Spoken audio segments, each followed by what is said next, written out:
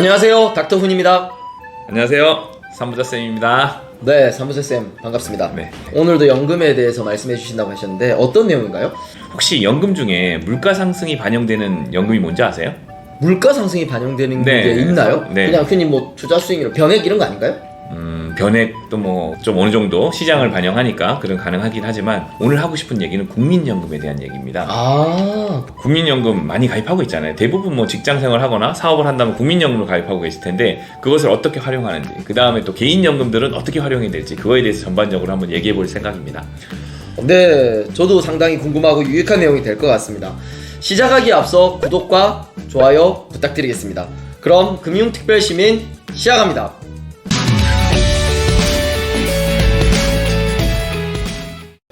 많은 분들이 연금을 얘기하실 때 뭐 흔히 뭐 지금 돈 100만 원이 우리가 연금을 타는 시점 뭐 그래도 몇십 년 뒤겠죠?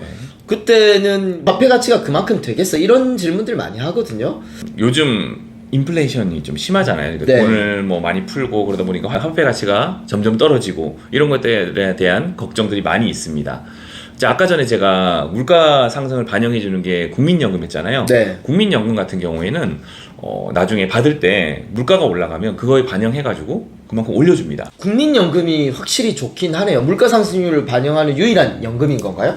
맞습니다. 국민연금이 아주 좋고 물가 상승을 하고 있는 유일한 연금이 맞죠. 하지만 그게 너무 좋기 때문에 지금 2050년에 뭐 고갈된다는 얘기가 좀 많이 있습니다. 네, 저도 들어본 것 같아요. 그러면 고갈되기 전에 빨리 받으면 되는 거 아닌가요?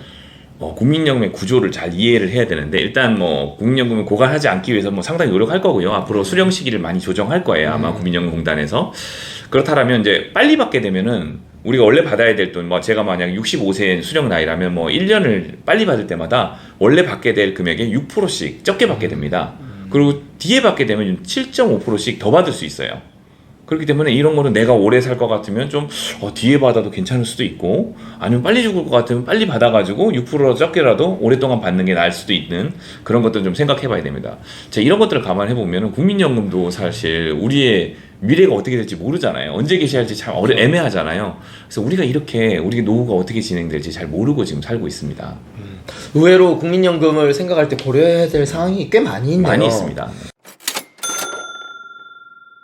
어떻게 이렇게 물가 상승을 다 반영해 줄 수가 있는 거죠? 뭐 일반 연금은 뭐 물가 상승 반영 안 해주니까 나쁘고, 뭐 국민연금 반영해 주니 좋다, 뭐 이렇게 생각할 수도 있는데, 네. 사실은 국민연금은 이미 그 구조가 수령하는 시기에 받을 수 있도록 낼 때부터 물가 상승을 반영해서 내고 있습니다. 이게 어떤 얘기냐면, 우리가 이제 국민연금은 정액으로 내는 게 아니라 정률로 내고 있어요. 그쵸. 그렇죠. 왜냐면 몇 퍼센트로 딱 정해져 있잖아요. 그래서 회사가 반 내주고 뭐 내가 네, 반 네. 내고 이렇게 내잖아요. 그 퍼센테이지로 내기 때문에 내 급여가 적을 때는 적게 내고 많을 땐 많이 냅니다. 그래서 점점 뭐 내 급여라는 자체도 물가 상승이 오름에 따라서 급여가 오르잖아요. 그거에 맞춰서 올려서 내고 있습니다. 그렇기 때문에 점점 더 내고 있는 거고, 일반 연금 우리가 정액으로 내기 때문에 물가 상승을 반영할 수 없는 거죠. 아, 듣고 보니 그렇네요. 그렇습니다. 국민연금은 정률로 내기 때문에 내가 연봉이나 임금이 상승하게 되면 같이 올라가기 그렇죠. 때문에 더 많이 내게 이미 되죠. 많이 내는 걸로 물가 상승률을 미리 반영해 놓은 거죠. 반영을 해 그러니까 놓는 받을 거다. 때도 반영해서 물가가 오르면 그거 반영해서 더 많이 주는 겁니다. 그렇구나. 그러면 또 다른 질문인데, 맞벌이도 있겠지만 외벌이도 있단 말이죠. 그렇죠. 외벌이 많죠. 근데 뭐 예를 들어서 배우자가 국민연금에 가입이 안 돼 있는 경우에는 임의로라도 가입을 하는 게 더 좋을까요?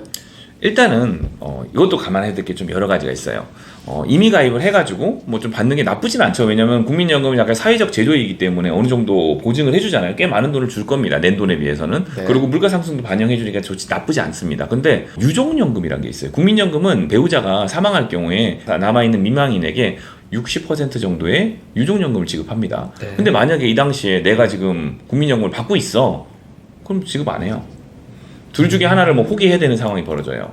아, 그러면 괜히 이제 냈던 돈이 없는 돈이 돼버리는 거죠. 아, 고려해야 될 게 꽤 많네요. 예를 들어서 부부가 두 명이 같이 오랫동안 사는 경우에는 굳이 두 명분을 낼 필요가 없겠네요. 아니죠. 오랫동안 같이 살 경우에는 2명 내면 좋죠. 근데 남편이 일찍 죽을 경우에는 사실은 이거 낸 게 아까워지는 거죠. 각각 받으니까 그렇죠. 오랫동안 살면 좋은 거다. 아, 이해했습니다. 그렇습니다. 그 연금은 금융이 아니에요. 이 국민연금 금융상품이 아닙니다. 우리가 지금 다른 연금들 다 금융상품들이에요. 근데 이건 금융상품이 아니라 사회제도예요. 네. 그래서 일정 수준의 삶을 보장하는 거지, 어느 정도 딱 냈으면 얼마 받게 해주고 이런 것들이 아닙니다. 아, 또 좋은 걸 알게 됐네요. 네.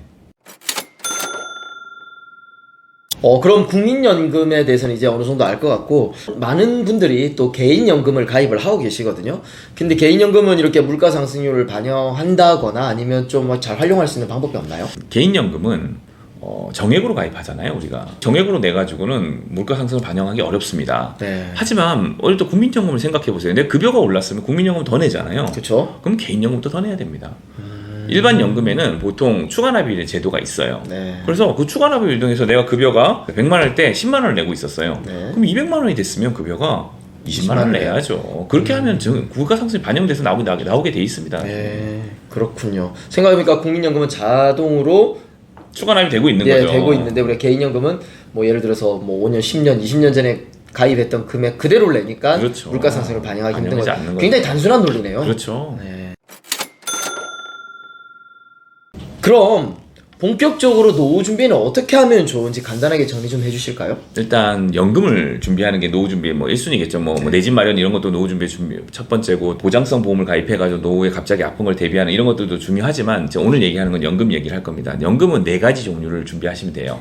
첫 번째는 국민연금이겠죠. 이거는 뭐 이제 업무를 하시는 분들은, 일을 하시는 분들은 대부분 가입하고 있을 것이고요. 그 다음에 퇴직연금이에요. 직장 생활을 한다면 퇴직연금이 있을 겁니다. 세 번째 고려하는 것이 우리가 주택연금도 있는데, 일단 주택연금은 번외로 얘기하겠습니다. 집이 뭐 살아야 되는 사람도 있고, 주택연금 같은 경우에는 가족들의 반대로 인해서 개시 못하는 경우도 상당히 많이 지금 보고 있기 때문에 주택연금 번외로 얘기하고, 세 번째는 세제 적격연금, 연금저축이라고 얘기하죠. 연금저축 또는 연금저축 펀드를 얘기하는 겁니다. 네. 그리고 마지막으로 비과세 연금이 있습니다. 이 4가지를 통해서 우리가 한 달에 한 100만 원 정도를 납입할 수 있다면, 월급이 한 400만 원 정도 되는 사람이라면 이 4가지를 통해서 한 100만 원 정도를 납입할 수 있게 만들어 놓으면 나중에 노후 생활에 어느 정도 기본권은 보장될 것이라고 생각합니다.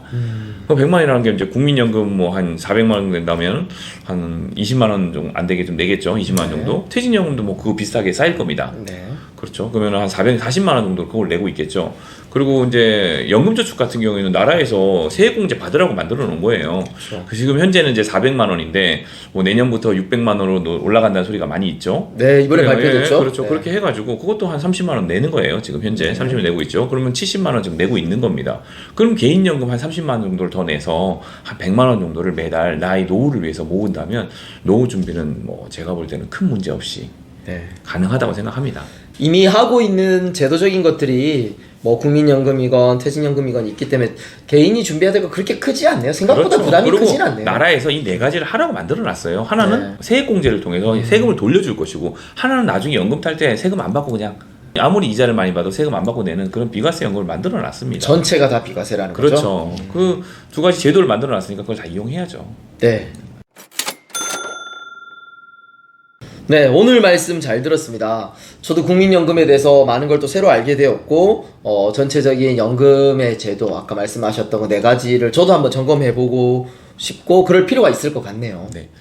우리가 지금 투자에 대한 얘기 되게 많이 해요. 우리 채널에서 저도 많이 하고 있고 그렇게 합니다. 하지만 뭐 부동산 투자도 좋고 뭐 주식 투자도 좋습니다. 뭐 하물며 코인 투자가 나쁘다고 표현하지도 않습니다. 괜찮습니다. 제가 볼 때 투자하는 거. 하지만 그 중에 일부 한 100만 원 정도, 내가 급여가 400 정도 된다면 한 100만 원 정도를 나의 노후를 위해서 따로 마련해 놓는 게 어떨까요? 그렇게 한번 준비해 보셨으면 좋겠고, 그거에 대한 뭐 자세한 상담을 꼭 전문가와 함께 하셔가지고 이런 것들을 비율을 잘 맞춰 보시기 바랍니다. 알겠습니다. 오늘 말씀 감사합니다. 다음엔 더 좋은 내용으로 모시도록 하겠습니다. 감사합니다.